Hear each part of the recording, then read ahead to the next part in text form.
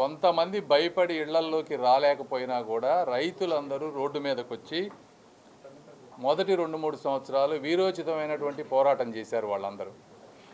కాబట్టి వారు చేసిన త్యాగాలని, వారి పట్టుదలని, పోరాట పటిమని కూడా గౌరవ ముఖ్యమంత్రి గారు కానీ, ఇక్కడ ఉన్నటువంటి ప్రజాప్రతినిధులు కానీ, అదేవిధంగా నారాయణ గారు కానీ అందరూ గుర్తుపెట్టుకుంటారు. ఈ 33,000 మంది 4,000 ఎకరాలు 30,000 మంది రైతులు ఉన్నప్పుడు అనుకున్నంత అన్నీ ఒక్కసారిగా అన్నీ కూడా జరగవు. దీనికి తోడు మధ్యలో 5 సంవత్సరాలు గవర్నమెంట్ మారటం, వాళ్ళు కొత్త రకాల జీవోలు దీన్ని అడ్డుకోవడంలో తీసుకొచ్చినటువంటి కాంప్లికేషన్స్, వీటన్నిటి వల్ల కొన్ని ఇబ్బందులు జరిగినాయి. అయితే మీరు గుర్తుపెట్టుకోవాల్సింది 34,900 ఎకరాలు ల్యాండ్ ఉంటే దాంట్లో 34,192 ఎకరాలకి ఆల్రెడీ మొత్తం ఇచ్చేసాం. ఓన్లీ పెండింగ్ ఉన్నది 700 ఎకరాలు. అంటే ఓన్లీ 700 ఎకరాలు అంటే చూడండి 34,000లో ఎంత పర్సెంట్, మినిమల్ ఎక్స్టెంట్. ఇందులో 5-6 రకాల కారణాలు ఉన్నాయి ఎందుకు చేయలేకపోయాం అనేది. ఒకటి, లేఅవుట్ యూటిలైజేషన్ ఉండవల్లిలో ఫైనలైజేషన్ అవ్వకపోవడం వల్ల 300 ఎకరాలు, లంక గ్రామాల్లో ఇష్యూస్ 166 ఎకరాలు, కోర్టు లిటిగేషన్స్ అంటే ఫ్యామిలీ తగాదాలు కానీ రకరకాల కారణాలతో 80 ఎకరాలు, అసైన్డ్ ల్యాండ్స్ అంటే పేదలకి పట్టాలు ఇస్తే అది వాళ్ళు అమ్ముకున్నాయి దాదాపుగా 37 ఎకరాలు, ఇలా ఇంకా కొన్ని 80 ఎకరాల వర్క్ జరుగుతుంది. అంటే 700 ఎకరాలు మాత్రమే మనం అలాట్ చేయాల్సినటువంటి ఇష్యూస్ ఉన్నాయి.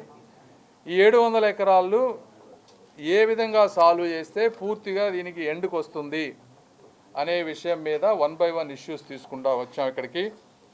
ఇందులో ఫస్ట్ ఒక ఇష్యూ వచ్చేటప్పటికి జరీబు ల్యాండ్. కొంతమంది ఏం చెప్తున్నారు, మాది జరీబు మాకు ఎక్కువ కావాలి అంటారు. కొంతమంది ఇక్కడ చూస్తే 9,600 ఎకరాలు ఇష్యూ లేకుండా మొత్తం జరీబు ల్యాండ్స్కి ఇచ్చేశారు. కేవలం 200 ఎకరాల్లో మాత్రమే ఇది ఇష్యూ ఉంది. అంటే దీంట్లో 96 కేసెస్. ఈ 200 మందిలో కొంతమంది జెన్యూన్ ఉన్నారు, కొంతమంది దానికి కావాలని చెప్పి జరీబుగా కావాలని కొన్ని చేసినటువంటివి ఉన్నాయి. ఈ ఇష్యూస్ని 2 విధాలుగా తీసుకుంటా ఉన్నాం. ఇందులో జెన్యూన్గా ఎంతమంది ఉన్నారు, జెన్యూన్ లేకుండా కొంతమంది స్వార్థంగా వాళ్ళ భూమి జరీబు అని చెప్పి ఎంతమంది కావాలని అడుగుతూ ఉన్నారు. దీన్ని గ్రౌండ్ లెవెల్లోనూ అదేవిధంగా సిఆర్డిఏ వాళ్ళు ఇద్దరు 2 రకాలుగా వెరిఫై చేసి దీన్ని 30 రోజుల్లో దీనికి ఒక సమస్యకి పరిష్కారం తీసుకొస్తాం. ఎందుకంటే ఇందులో 200 ఎకరాల్లో దాదాపుగా 18 ఎకరాలు అసలు ప్రాబ్లం లేదు, ఇచ్చేస్తారు. 180 ఎకరాల్లోనే ఇష్యూ ఉంది. ఈ 180 ఎకరాల్లో కూడా మాకున్న సమాచారం ప్రకారం అంతకుముందు 86 ఎకరాలు ఇది జరీబ్ అని చెప్పి సిఆర్డిఏ డిక్లేర్ చేసి ముందు ఇచ్చింది. అయితే 86 ఎకరాలతో పాటు 100 ఎకరాలు యాడ్ చేసి వేరే వాళ్ళు రావటం వల్ల ఏది నిజమైంది ఏదని తేల్చడంలో ఇక్కడ ప్రాబ్లం వచ్చింది మాకు. ఆ 80 ఎకరాలు ఇవ్వాలా, 180 ఎకరాలు ఎట్లా అనేది నిజ నిర్ధారణ చేసి 2 లెవెల్ రిపోర్ట్స్ తీసుకొని ఒక 30 డేస్లో దానికి ఒక కంక్లూజన్ తీసుకొస్తాం జరీబుకి. రెండోది గ్రామ కంటాలు వచ్చేటప్పటికి 8,000 మంది ఫార్మర్సు, 2,400 ఎకరాలు.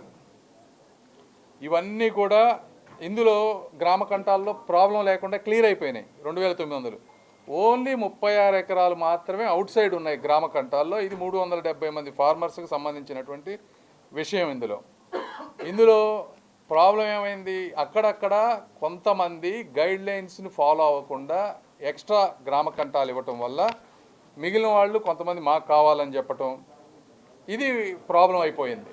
ఇందులో ఒకటి అలా అని చెప్పి మేము అడిగిన వాళ్ళందరికీ గ్రామ కంటాల్లో ఇస్తే ఈ 36 ఎకరాలు ఏదైతే ప్రాబ్లం ఉందో ఈ 36 ఎకరాలు కూడా మళ్ళీ 3,000 ఎకరాల సమస్య అయ్యేటువంటి పరిస్థితి ఉంటుంది.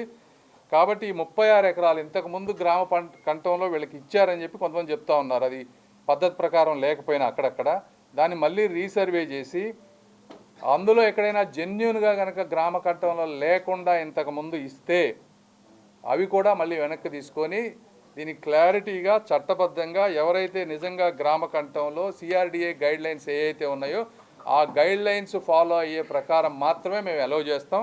ఆ సిఆర్డిఏ గైడ్ లైన్స్ కూడా అన్నీ కూడా వెరిఫై చేసి పబ్లిక్కి విలేజెస్కి డిస్ట్రిబ్యూట్ చేస్తాం.